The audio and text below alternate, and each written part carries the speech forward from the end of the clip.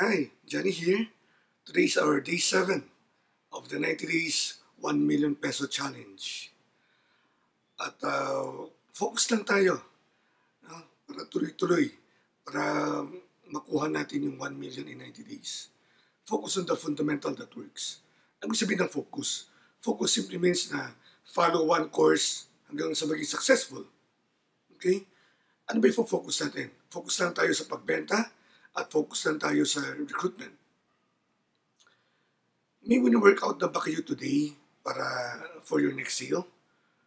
May work out na ba kayo today para sa new recruit ninyo? Kung wala pa, huwag kayong pumayag na matapos ang araw na ito na walang nangyayari.